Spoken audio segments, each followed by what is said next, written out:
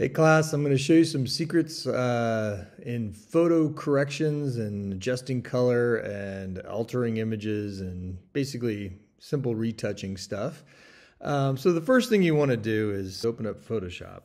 There's a couple ways to do that. One is to drag your picture right into the dock, and the other is to open up Photoshop by just clicking on it and then going to open and navigating to the picture you want to open.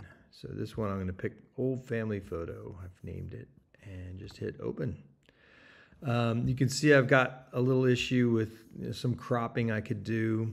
And these corners are kind of showing up. One way to deal with that is actually to do Generative Expand, and the one way you do that is to draw with the crop tool around all the sides, and then you just increase the size a little bit on all sides into the world around it, and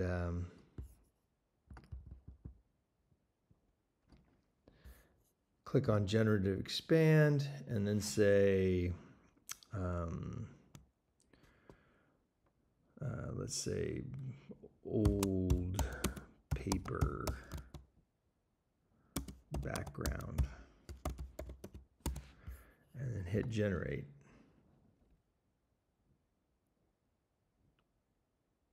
And this will kind of allow us to create some kind of old photo paper background here, and we'll see how it does. Oh, it did pretty good. So that's a nice example. And then if you look over here on this side, on the right side, there's variations. So you can pick different ones. You can see they kind of made the old staining paper look happen in different ways. So that's one cool trick with this new Photoshop, is the ability to generate stuff that isn't there.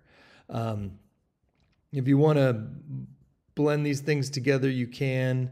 One suggestion I have is if you start to do all kinds of other adjustments, sometimes it's nice to flatten your image. So in this case, I'm going to go to image, actually layer, and I'm going to go to flatten image.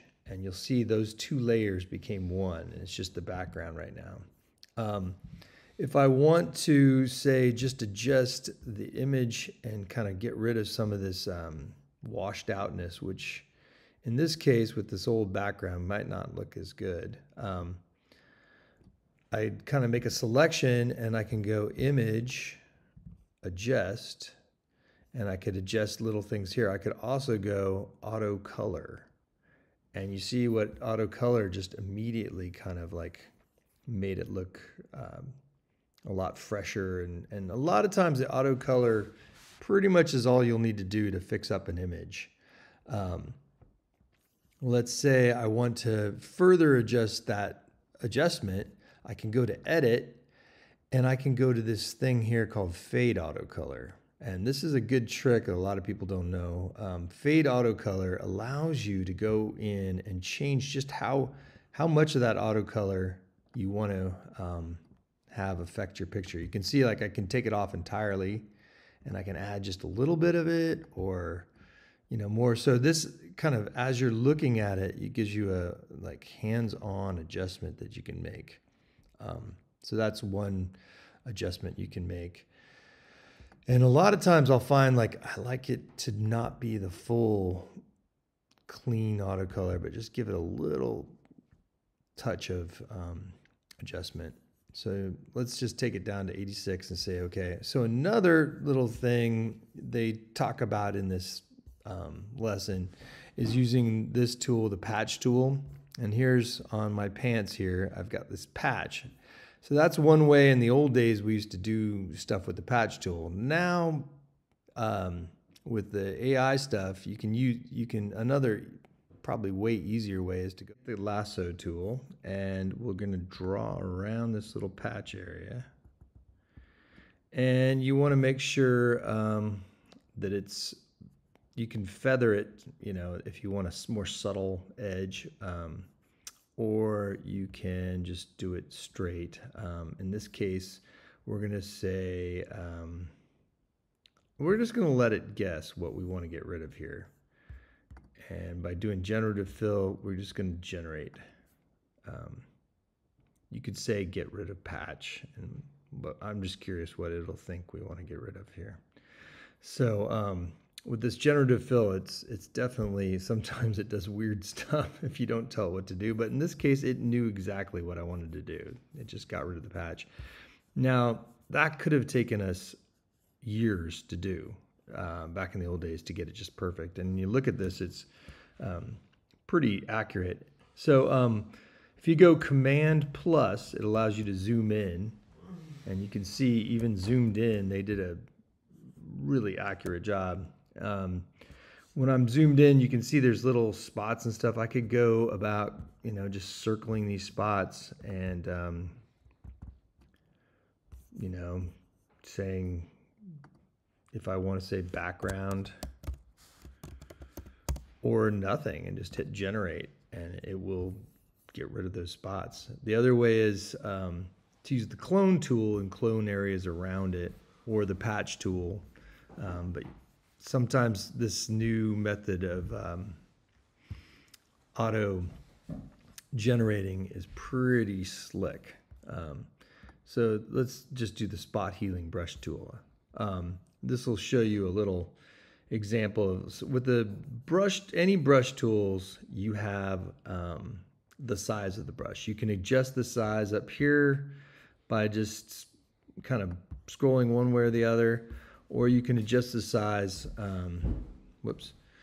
you can adjust the size by just clicking on the object itself. Now, one of the things that just happened here is that these little auto generations are now layers. And so if you want to not fuss with these layers, the easiest way is go to Layer and Flatten Image. And that'll bring us back to just one image. And then when you do this spot healing brush, so if you use another way to adjust the size of the brush is these brackets on your keyboard, and you can make your brush smaller or bigger. See how the circle gets bigger? If this happens to you sometimes, your brush will get so small you can't see it. And sometimes it'll just be an X there. And it can also be the opposite, so big you can't see it. So the spot healing brush, see, I just click on that spot and it goes away. It kind of knows through AI to just get rid of these spots. And so you can kind of go around methodically clicking on different spots and doing,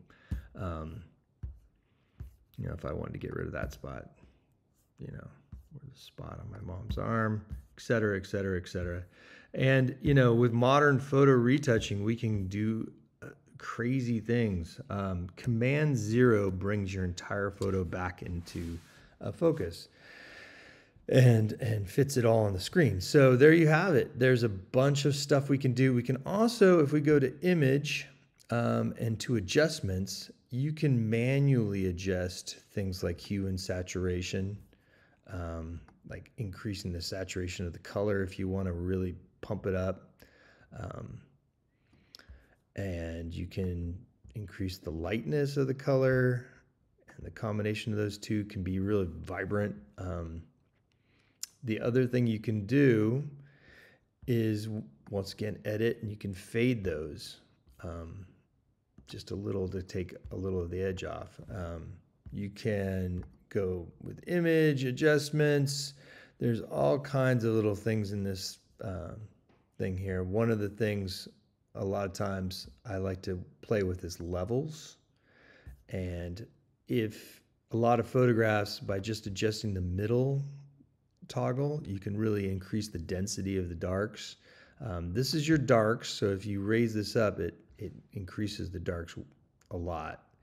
And if you want to, like right now, our whites are pretty white anyway, so we don't really want to pull those up. But that's another adjustment you can make to photographs to really pump them up. And basically, that is a lesson in basic color correcting. Have fun and post your stuff on the discussion and on the assignment. And remember, when you get ready to export this, go to Export and Export As, and just try to keep it at 1,000 on one side, take it to high, and hit export, and we'll save it as, we'll call it color corrected 1, and then we'll just save it. Okay.